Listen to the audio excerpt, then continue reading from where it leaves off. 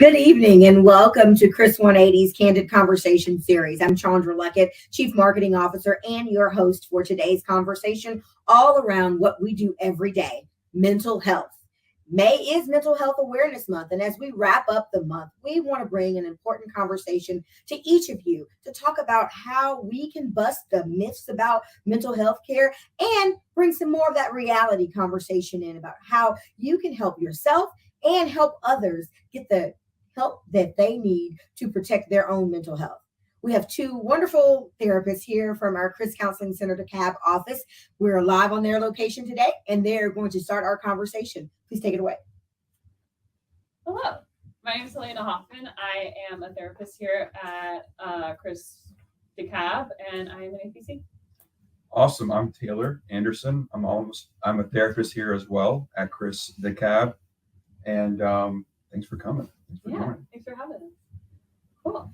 Do you want to start off, sir? Yes. So we have a couple topics we're going to talk about, and the first one is like just the state of mental health today and past versus present, what's going on. So I remember hearing something about there was a 1950s school that talked about, they did a study of their biggest issues of that day.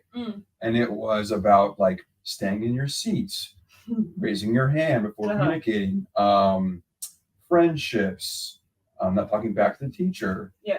And they did another study in the same school today, and it was like truancy, rape, drug use, teen pregnancy, suicide, self-harm. So things have really changed over the decades, and a lot of that pinpointing can be towards social media. We might talk about that a little bit, but any thoughts or Yeah, I will say like a lot. I work mainly with like children, adolescents. I would say a good 90% of them are either depression, anxiety, or both. Most of them are both. And a lot of like suicidal ideation and cutting, stuff like that, usually cutting. A lot of teenage girls. Right. I know. So just the past where we are now, like they're showing just the rise of social media, and like since like 2011 really onward, just the teen suicide has gone up 3 times, if not more than that, especially for our young girls. Yep. And it's mental health has become a serious crisis. Yeah, for sure. Yeah. And we will hit upon this later on like how much further we've come. And like I believe that a lot of that comes from definitely like a loss of communication. Like we are interconnected because everyone's on social media, and also everyone's also staring at their phones, and it's hard to have that like one-on-one connection and feel genuinely connected to another human being through a screen. I know we're all so connected, but we feel so disconnected. Yeah. Right. Yeah. So what was our next topic? So our next topic was going to be kind of segueing into how we've really come to now and like all the improvements that we've made through technology, which is bad, but also can be pretty nice and beneficial. True. So we have a lot of like telemental health services, and telemental health is basically virtual counseling. So it's like either through Zoom, Teams. I can't think of any other ones off the top of my head. BetterHelp is a service. Yes. In which like they assign you to a therapist, and you can find another. You can like reassign the therapist. It's a much more cost-effective way than like traditional therapy. And sometimes it's really inaccessible in terms of they don't accept insurances and things like that, which is what we do here at CCD. But telemental health has basically made mental health really accessible to people overall, and especially in, I think, rural communities where they would not necessarily have a center like this to go to, or it might be like 5 hours drive. Studies have been shown that telemental health is as effective as in person. That contact is you're going to get the same amount of therapy through a Zoom or in person. Yeah, it's pretty cool. Yeah. And services, we mentioned services. So technology is really cool in the fact that like you've ever heard of virtual reality or VR, you put on these goggles, and a lot of times with anxieties, there's like exposure therapy is a great way to kind of get over those fears that you have. And so you might put on some VR goggles. We might start with we'll talk about a spider, And we'll do some coping skills, some breathing skills, some grounding skills. Yeah. And then we might have a spider on the screen in VR where it's 3D and it's like, oh my gosh, it's right there. And we slowly build up to where we can actually put a spider in front of you, and that fear is gone. Yeah, and that could not only be used with spiders, but with like public speaking, Yeah. social anxiety, a big like being in a giant crowd. There's a bunch of different scenarios that we can do. Totally. Yeah, and I will say that mental health and talking about mental health, like anxiety and depression, has become so much more normalized through pop culture. Yeah. Not only in like movies. My prime example is always 13 Reasons Why. There is like so much depression, suicide, and talking about motivations behind that. And also like celebrities, for example, there's a bunch of basketball players coming out with talking about their depression. And although they have so much money, they're also incredibly depressed. I saw an article about Kim Kardashian the other day about how she cries herself to sleep because she has to raise 3 children by herself now, poor lady. Right.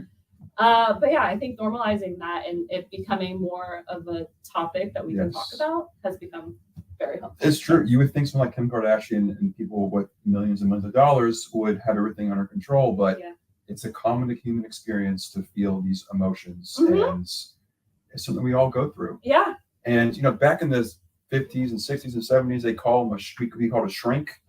And if someone said, "Hey, I'm going to go see my shrink," the stigma, it wasn't the same as it is today, where it's like, "Oh, they're going to go see their shrink. Like, they're crazy." But now it's like, I mean, how many times do you hear people talking about, I got my therapist said, my therapist this, and just in popular culture has definitely been helping stigmatize. The stigma has been reduced, which is awesome. Yeah, for sure.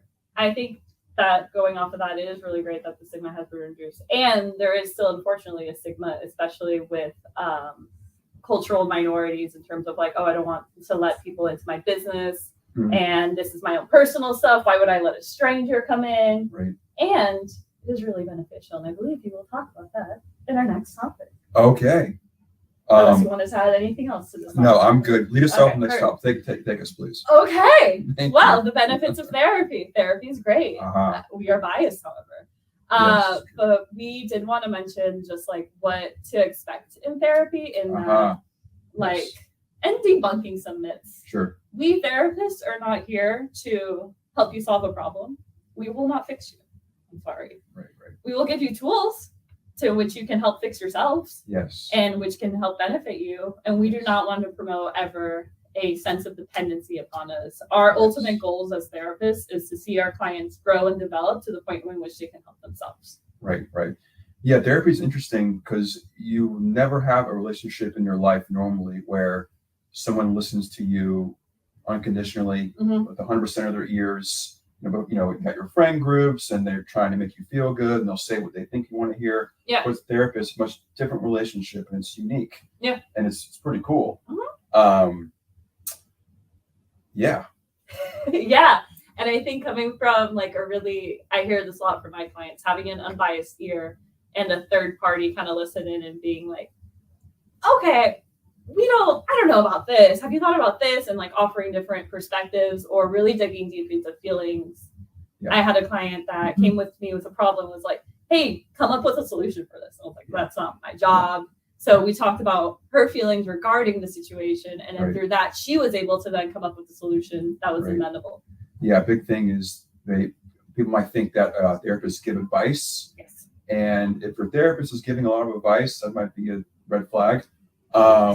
I don't have all the answers. I'm not sure what's always going on, but through conversation and through getting to know you, and the answers come through questions and a lot of coping skills and grounding skills, and it takes time, and you're not going to be fixed in 2 seconds. Nope, it's a process. So I have a question for both of you. Yes, ma'am. Sometimes people are concerned around getting therapy services because of their insurance and what's being reported back to their employer. Yeah. What would you say to that? Well, I would say that therapy is not 100% confidential in that we do have a couple of exceptions. We have exceptions for suicidal risk. So if Taylor, for example, came to me and was like, hey, after the session ends, I'm going to walk out into the street and be run over by a car, and that is how I will complete suicide. Yep. I would have to report that. Right. I would need to either encourage you to seek inpatient therapy Sure. or like some kind of something, because Absolutely. at that point I'm responsible for your safety. Yeah. That is also applicable to homicidal risk. If, again, Taylor, I'm sorry to use you as an example. Oh, please. But if Taylor came to me and was like, I'm going to kill a person with this firearm, and I know where it is, had like a very detailed plan, again, would have to report to the police.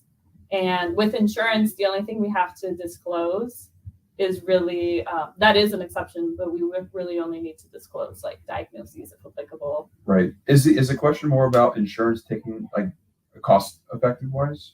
Well, no, that sometimes people don't want other people in their business, and they're concerned that it would get reported back to their employer. Yeah. That, they have this whatever diagnosis. The same way that,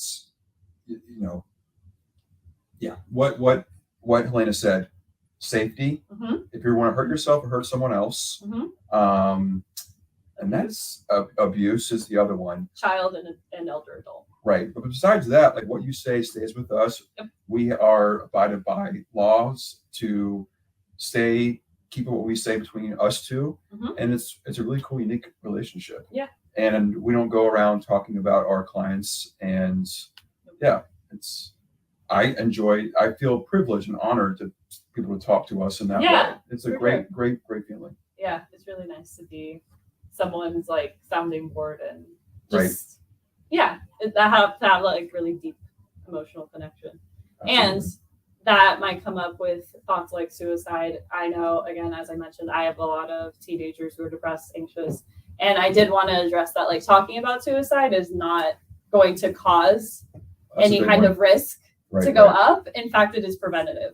So keeping it, like studies show that for every person that has completed suicide, I don't know the exact quote, but the vast majority have disclosed to at least one person their intentions or their thoughts. And being able to not be afraid of like, hey, I heard you're thinking about killing yourself, like talk about it. Right. Like even as a friend, don't be afraid to broach that conversation. It is scary. I recognize it. Yeah. And also seek help. It kind of is an oxymoron when you think talking about it would be worse, but it's actually not. Yeah. And the same thing with just like communication. Like a lot of times family members are having tough times communicating.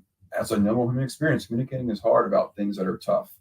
And when you come in with the family and we talk about things that are going on, just the amazing ability to just kind of see everyone's just relax and feel comfortable and making headway in that relationship. It's really powerful. It's awesome. It's great to see. So, question for you both in closing. Yes. What would you say to someone who is going to be watching this and who's seeking therapy but hasn't really taken that next step? Right. I would say, I'm drawing a blank here. I would say it's something that is scary to think about, and the more you think about it, it's scary to take that first step. But once you do, when you actually come into the office and you start talking, it's just weight off your shoulders. So you can keep in for a very long time, whatever it may be, and having that kind of that relationship, it's empowering, and you leave feeling, hopefully better in a better place and working on some things. Yeah. Helena? Yeah, I would echo what you say. I always tell my kiddos that the first step, you just being here is an accomplishment.